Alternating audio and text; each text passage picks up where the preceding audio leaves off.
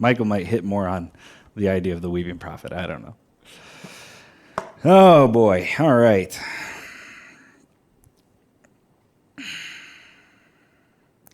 Let's pray. Jesus, thank you for today. Thank you for your word. Thank you for all the people watching, the people who will watch or listen later. I pray that you would bless them, bless us. Give us soft hearts to hear your word. In your name I pray. Amen. All right, so we are in the book of Jeremiah, and there's these awesome illustrations that Ashton has done for our Books of the Bible series, and this is the Jeremiah one. They're very cool, and you should. They're going out. I don't know what you do with them, but they're very cool, and I want to thank Ashton because I've enjoyed them each week, and this is the Jeremiah one. So we are in a series on the books of the Bible, and this week we are in the book of Jeremiah. So Jeremiah is, I'm just going to jump right into it. Jeremiah is a really sad book. It's a very sad and tragic book. It's not happy. There are moments of happiness, but for the most part, a lot of bad stuff happens to Jeremiah, and a lot of bad stuff happens to Israel while Jeremiah is prophet. Not because of Jeremiah, but just that's why he's prophet at that time. Is because a lot of bad stuff is happening. So to give you an idea of what we're going to kind of look for, what we're going to do is we're going to do a survey of Jeremiah. We're going to go by sections, these different chapters, and to give you an idea, or for some stuff to look for as we go through these, is the idea of broken cisterns. Where do we find life in our lives? Where do we find life? Where do we find life in our relationship with God, or do we find life other places and find dry places instead of the living water? We'll get to that in a little bit. Another thing to look for is Israel. The people of Israel are unfaithful. And then another thing to look for is Jeremiah is Jeremiah's persecution. Jeremiah's relationship with the people of Israel, with the kings in particular, is very fraught with discouragement and pain and struggle and being pursued and all this stuff that happens to Jeremiah. But the two big things that I want you to hold on to, that I want you to look at, to listen for as we kind of go through this, is what does it look like to prepare or to step into living in exile? So what does it look like for us to prepare and to step into living in exile? And what did it look like for the people of Israel? And then the other is, how do we listen? How do we listen? And what does it mean to listen to God, to listen to his word, to listen to Jeremiah, to listen to our leaders here at the village? What does that mean? What does it mean to listen? So let's jump into it. Let's jump into Jeremiah. Jeremiah was a prophet. He started his ministry as a prophet around 626, 627 BC. It's the 13th year of the reign of King Josiah. Popular belief is that Jeremiah was probably like 14 or 15 when he started his ministry, which is why in chapter 1, the section that Eric read a minute ago, Jeremiah is so concerned that he's young, because he was young when he started his ministry. He was concerned that people weren't going to listen to him, which they didn't, but for other reasons, not because he was young. So he started his ministry during the reign of King Josiah. Now, Josiah was, if you look at, I had a Bible growing up, and it had this chart of all the kings of Israel and Judah, and it would say it's had their name, and then something that they did in their life, and then the dates that they lived. And then the last column said good, mostly bad, or bad, which is just a great way to describe the kings of Israel. most of the kings of Israel, at this time, there are two kingdoms, Israel and Judah. And Israel has actually been conquered by the Assyrians, and Judah is hanging out still, not yet conquered, but we'll get to that. But Josiah is a king. He's kind of the last king that's mostly good. He did some good things. He followed God. He turned to God.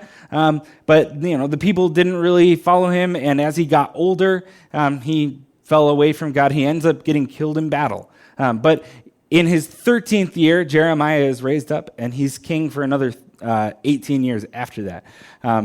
If you want to learn about all these kings, the rest of these kings, Jehoahaz, Jehoiakim, Zedekiah, these kings are all kings for a very short amount of time. In fact, Zedekiah, the last king of Judah, is actually a puppet king put there by Babylon. He's Jehoiakim's brother, and Babylon, Nebuchadnezzar decides he'll be a better king to serve his purposes, and then very quickly just decides to conquer them anyway. But if you want to read more about these kings and more about what was happening at this time, you can check out 2 Chronicles 34 to 36. 2 Chronicles 34 and 35 is basically just Josiah, and then 36 is the rest of them, because they didn't do a lot. But this is when Jeremiah is prophet. He lived all the way through the destruction of the temple and exile into Babylon. He himself was not exiled, and we'll get to that, but he lived all the way through the destruction of the temple and exile into Babylon. So you can tell this is not a happy story. It starts kind of at a good place in that Josiah is a mostly good king, but then it just goes downhill from there. So let's get into it. Jeremiah 1 through 24. Jeremiah chapters 1 through 24 are sermons and illustrations of God's judgment on Israel.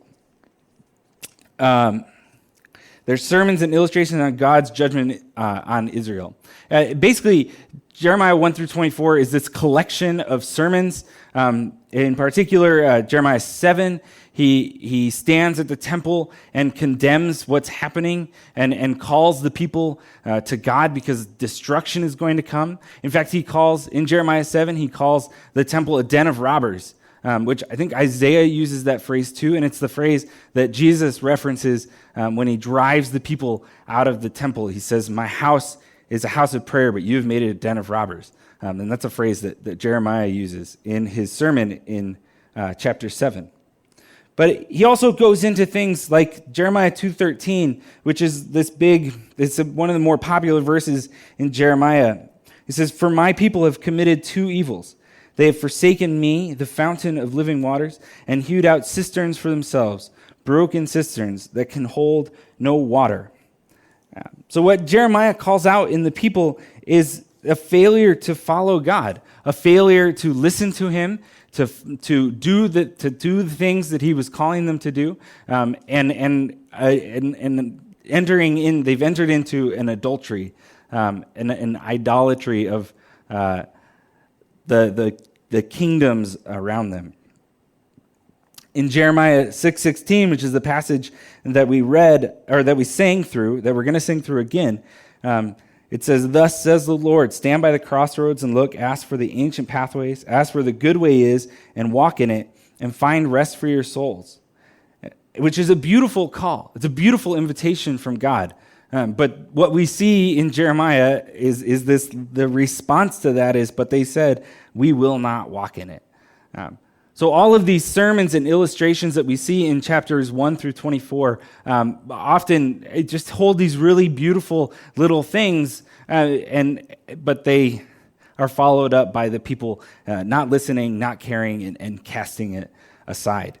In Jeremiah 17, and the other thing that we see in this section is that Jeremiah's not happy about this. He's not happy about all of the sermons that he has to give, the illustrations that he has to give. One of the illustrations he gives is that he's got a loincloth, and then he goes and he puts the loincloth by a rock, and then when he goes to find it, it's soiled. soiled. So it's not good for anything. And the illustration is that Israel is soiled, is not good for anything. It's not good for following God because they've abandoned God. But Jeremiah is not happy about that. He calls out, he prays for deliverance. In Jeremiah 17, verse 14, it says, "Heal me, O Lord, and I shall be healed. Save me, and I shall be saved, for you are the one I praise." He calls out on behalf of Israel. There's these little bits interspersed with his sermons and illustrations of judgment where he calls out to God. But the people do not call out to God. And so we get to chapter 25. And chapter 25 to 33 is captivity and restoration. This is my breakdown of the book of Jeremiah. There's other ways to break it down, but this is the way that I found most helpful to think through the book of Jeremiah. So in Jeremiah chapter 25, Jeremiah gives this talk about how there's going to be 70 years of captivity. 70 years of captivity in Babylon. This is during, while Jehoiakim was king. This is after Josiah has already died. And what we see in 25 and onward, they begin to talk less about the judgment of Israel and more about what's going to happen. What's going to happen or what will happen, because all the timeline's kind of fuzzy. Stuff is here and there, and it's not always a linear timeline in the book of Jeremiah. But it's a response to what's happening to the people of Israel. And so Jeremiah gives this sermon about how it's going to be 70 years of captivity, and then he's threatened with death, and there's stuff about Nebuchadnezzar. And then we get to chapter 28, which is about Hananiah, this guy named Hananiah, who's a false prophet. And what Hananiah says is that, don't worry, captivity is only going to last for 2 years. It's this response to Jeremiah. Jeremiah is saying, hey, it's going to be 70 years. It's going to be a long time. And Hananiah is like, no, don't worry about it. It's okay. Feel good. It's all right. It's only going to be 2 years, and then we're all going to come back, and everything's going to be fine, and we're going to be good, and it's all going to be okay. And Jeremiah's response to this is very firm. He says, no, it's going to be 70 years. And he writes a letter in response to Hananiah. He writes a letter to the people who had been carried off into exile, into Babylon. And that's chapter 29. Jeremiah 29 is this letter to the exiles about what they should do in exile.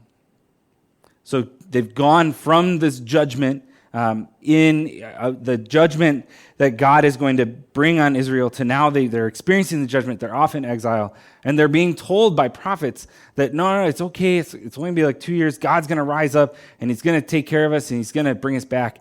And Jeremiah is saying, no, it's going to be a long time. In fact, he says in chapter 29, he says, build houses and live in them. Plant gardens and eat their produce. Take wives and have sons and daughters. Take wives for your sons and give your daughters in marriage, that they may bear sons and daughters. Multiply there and do not decrease. Seek the welfare of the city where I have sent you into exile, and pray to the Lord on its behalf, for in its welfare you will find your welfare. For thus says the Lord of hosts, the God of Israel, do not let your prophets and your diviners who are among you deceive you. Do not listen to the dreams that they dream. For it is a lie that they are prophesying to you in my name. I did not send them, declares the Lord. So in response to Hananiah, in response to these false prophets, Jeremiah sends this letter and says, look, like, you are in exile. You're in this place, and this is going to be your life. This is the rest of your life. This is probably most of your kids' lives. You're going to live here. So you should seek the good of this place. You shouldn't just sit around going, it's okay, we'll just hang out here for 2 years and then we'll go home. Like, no, it's going to be a while. Sit and build a life in Babylon. Build houses, plant gardens, give your kids in marriage, let them have kids. Don't hold out, don't wait.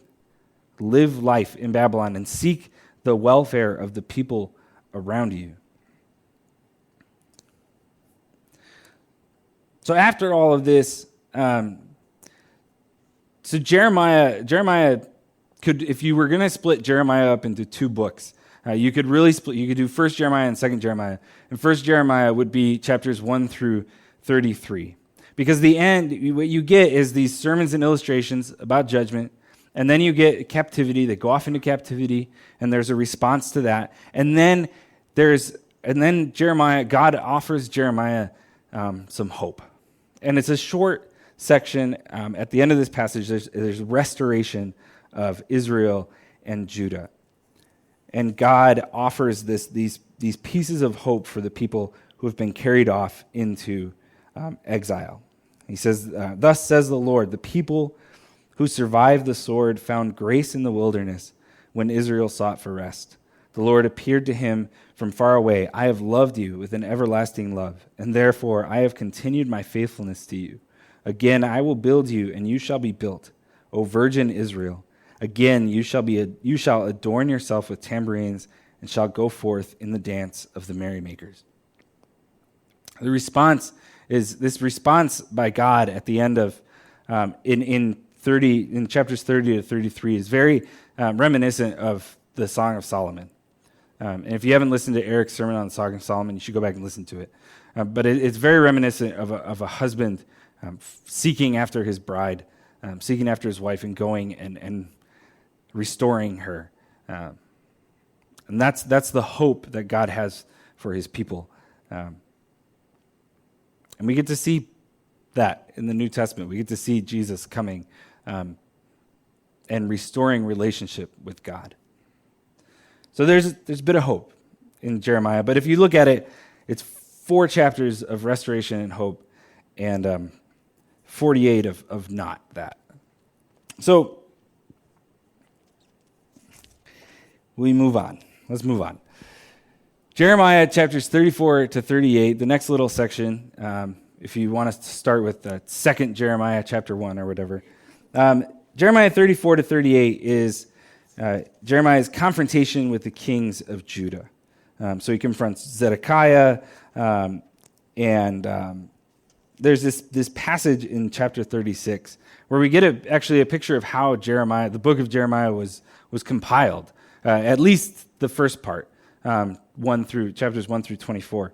Because what happens is God tells Jeremiah, take a scroll and write down all the sermons that I have, all the sermons and illustrations that I've given you, all the things that I've given you to say to the people of Israel, write them down on a scroll. And so Jeremiah gets this guy Baruch, and Baruch writes down on this scroll all the things that God has given to Jeremiah to say during his ministry. And they read it in front of some people, they read it in front of some priests, and then the priests say, well, the king needs to hear this. So it says, so they went into the court to the king, having put the scroll in the chamber of Elishama the secretary, and they reported all the words to the king. Then the king sent Jehudi to get the scroll, and he took it from the chamber of Elishama the secretary, and Jehudi read it to the king and all the officials who stood beside the king. So this is Jeremiah chapter 36, starting in verse 20, and we see that all of this stuff, all of the judgment that God has brought upon Israel, all of the things that Jeremiah has spoken, the illustrations, standing at the temple and saying this has become a den of robbers, talking about like the crossroads and saying, ask for the good ways, but you have said we will not walk in it. All of these things, these heart-wrenching things that speak to the unfaithfulness of Israel and the judgment that will come upon them. He writes all this down, and it's taken in to be read to King Jehoiakim. It was the 9th month, and the king was sitting in the winter house, and there was a fire burning in the fire pot before him. As Jehudi read 3 or 4 columns, the king would cut them off with a knife and throw them into the fire in the fire pot, until the entire scroll was consumed in the fire that was in the fire pot. Yet neither the king nor any of his servants who heard all these words was afraid, nor did they tear their garments. Think about this. Imagine this. Imagine Jehoiakim. He's in his winter house. There's a nice warm fire burning. and he's sitting there. He's probably got like some furs on, and they come in and they read this judgment upon Israel. What's going to happen to Israel? And as they're reading it, Jehoiakim the king is reaching over and slicing off each part that's read and methodically throwing it into the fire as it's read, completely unmoved by the words that are being spoken to him, and throwing it into the fire. This is the response that Jeremiah got from the kings and got from the people of Israel. It's not that, Eric touched on this last week when talking about Isaiah, but when in the prophets it says that the people will not hear, it's not saying that God will not speak or that God's going to shut up their ears. It's not saying that they're not going to hear the word of the Lord. It's saying that they're going to hear it and they're not going to do anything about it. They're going to be unmoved in their hearts. They're going to coldly and methodically slice off each section that's read and throw it into the fire. This is the response that Jeremiah gets when he speaks to the people of Israel. And in this section, Jeremiah is imprisoned. He's cast into a cistern. All of these things happen to Jeremiah. And ultimately, we end chapter 38 and we walk into chapter 39 with the fall of Jerusalem. The fall of Jerusalem. So as we've gone through this, it's kind of not linear, but we've got the judgment and we've got the responses from the kings and this short message of hope. But ultimately, the fall of Jerusalem, the burning of the temple, Zedekiah, who was set up by Nebuchadnezzar to be this puppet king, is ultimately deposed and cast out. And from here, the next 5-6 chapters until chapter 45 is the rest of Jeremiah's ministry, essentially. What did he do after Jerusalem? After Jerusalem fell, it's kind of like at the end of a movie when they're going through and flipping through all the major characters of the movie, and they're like standing there frozen. It says so and so after this they did this, this, and this. It's like that. That's what this section is. Jeremiah, he stays in Judah after the people go off into exile. He goes to Egypt for a while. In Egypt, he talks to people from Judah and still, again, warns them about their idolatry. So he doesn't stop his ministry after the fall of Judah. But this is the end of Jeremiah's sort of the actual ministry of Jeremiah, and the next few sections the last section is slightly different.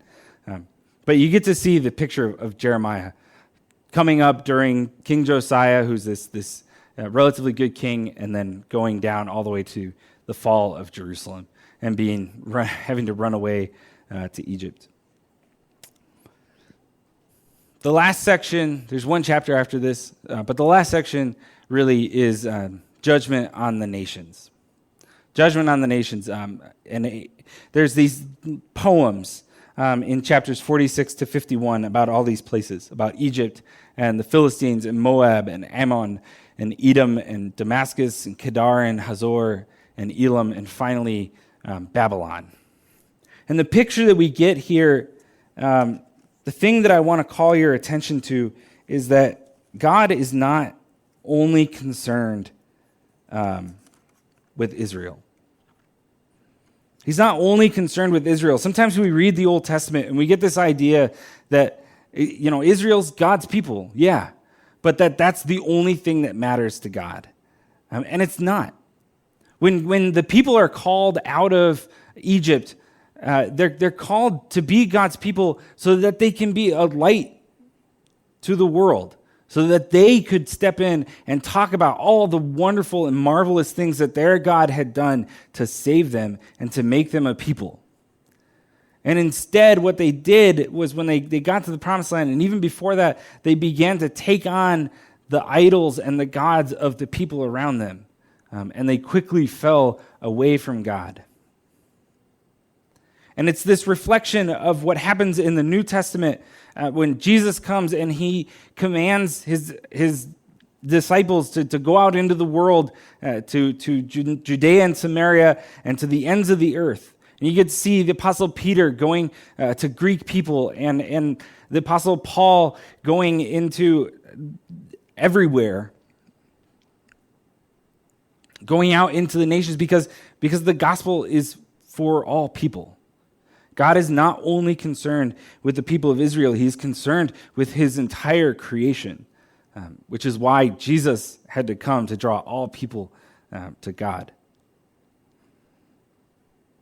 So as you read these reports of destruction of the people around Israel, I want to remind you that God is concerned with these people, and some of them he even says like, and but later I will restore their fortunes, and all this stuff. God's not only concerned with Israel, he's concerned with all the people around them too.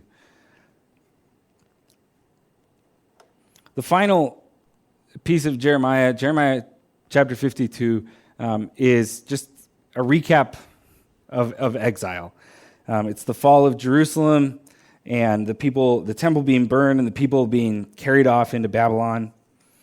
And it ends with this short message of hope for the line of David, because the line of David was where the Messiah was supposed to come from, the line of David. And it ends with this message of hope.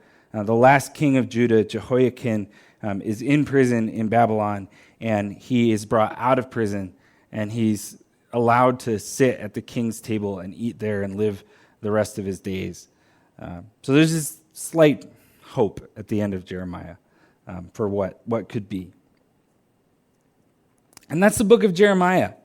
This is a really it's a really sad, heavy book. This very tragic book. But we get chapters 1 through 24, sermons and illustrations about God's judgment. 25 to 33 is the captivity, 70 years of captivity and restoration. 34 to 38 is Jeremiah's confrontations with the kings of Judah. 39 to 45 is the fall of Jerusalem and Jeremiah's life afterwards. 46 to 51 is judgment on the nations. And 52 is this exile recap. So what do we do with Jeremiah? What do we do with the book of Jeremiah? Well, there's a few themes that I want to point to. The first three are sort of minor themes, not minor in the sense that they're not important. They're very important. And if we were doing a series on Jeremiah, we'd talk about these a lot. But I want to talk about two other things more. So I'm just going to touch on these real quick. Jeremiah 2:13, broken cisterns, this theme of where do we find life? Are we finding life in God? Or are we finding life in other things? And then Israel is unfaithful, which is a big theme in Jeremiah. And if you want to get a sense of what it looks like for Israel to be faithful and what it looks like for God to pursue his people and his bride, go listen to Eric's sermon on the Song of Solomon. It's very good, and it will give you a good picture of what this looks like. And then there's also the persecution of Jeremiah. The things that happened to Jeremiah, either in his illustrations that God asked him to do, or just in the response of the kings. Throughout Jeremiah, we just get this heaviness. But Jeremiah still goes and does the things that God invites him to do. It's a lot of courage on Jeremiah's part. There are two main things that I want to talk about. The first is living in exile. How do we, as God's people, step into exile? Because really, Jeremiah is sort of this preparation of telling the people what's going to happen, and then it happens. And then Jeremiah says, well, so this is how you should live in exile. And we talked about this last year, a year and a half ago, when we went through the book of Daniel, and I'm sure we'll touch on it as we go through the next few books of the Bible. But we live in exile. We live in a world that we do not belong to, that is broken, that is painful, and we live in exile. But we're being invited by Jeremiah into living in this world in a way that isn't just casting it off, that isn't just pushing it away and saying it doesn't matter. And in a very real sense right now, we're living in an exile of the coronavirus where we're isolated and we're stuck at home, or our lives have been turned upside down. And what I want to encourage you to take away from Jeremiah is that you shouldn't just be waiting for everything to go back to normal. We're not waiting for things to go back to normal. Even if we come back together here at the building, even if things open up again and we start to get to do some of our old rhythms and some of the things that we did before, things are different. Things are going to be different. There is going to be a new normal. So what we need to do in this time is to step into exile and to say, where can I build my life now?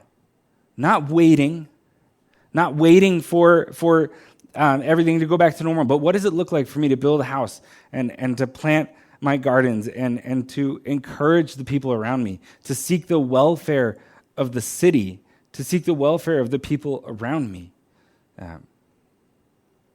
How can we live in exile now and not wait for a time when we won't be in exile, or for a time for it to go back to normal?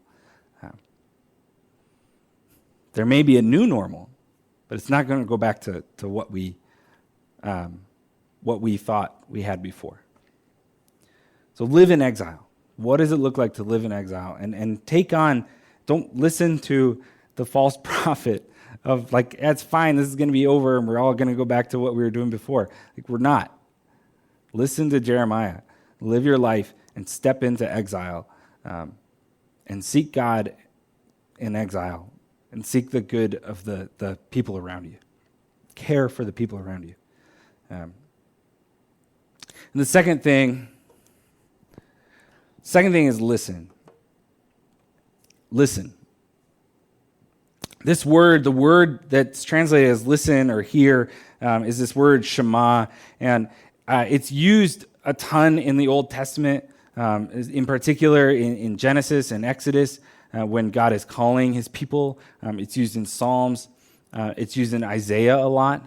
But more than any other book, it's used in Jeremiah.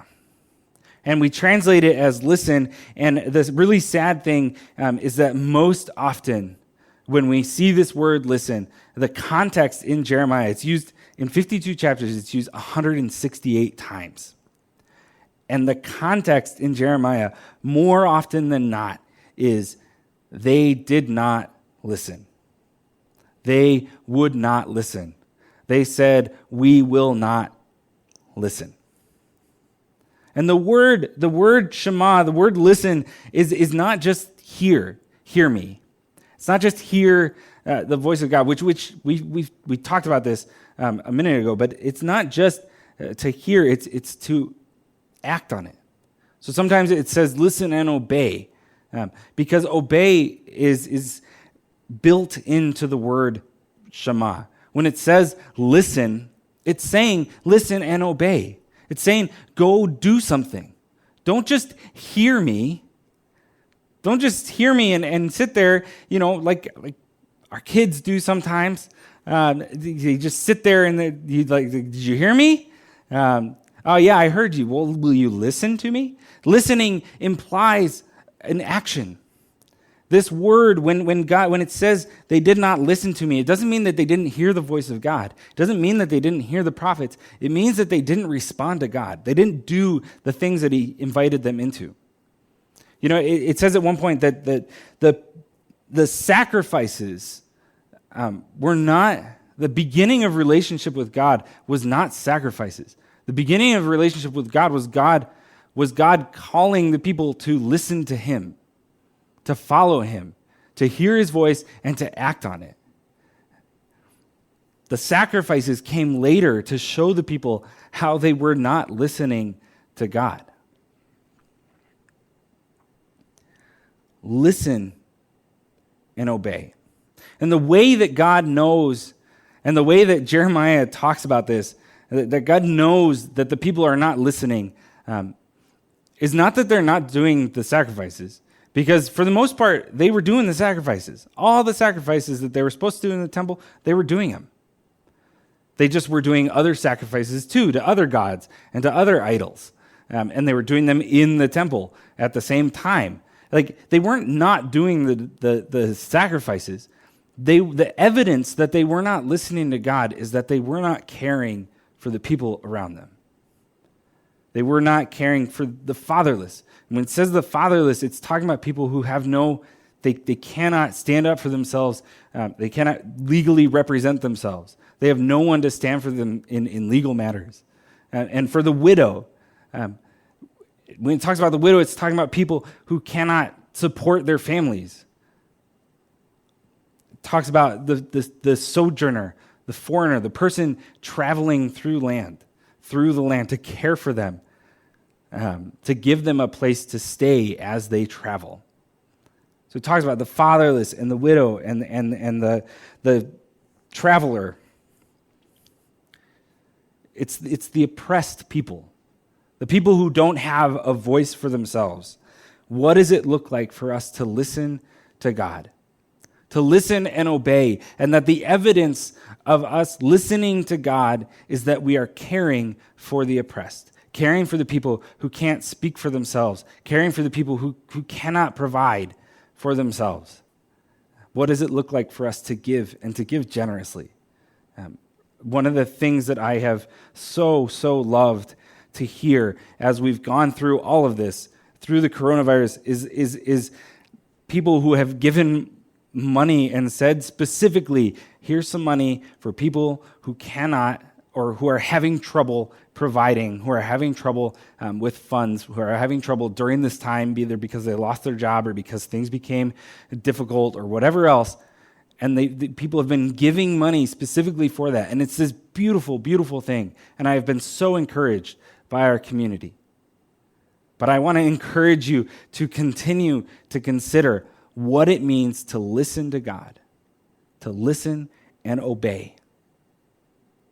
And for the evidence of that, for the evidence of our listening to God, to be that we are caring for the people around us, for the people in need.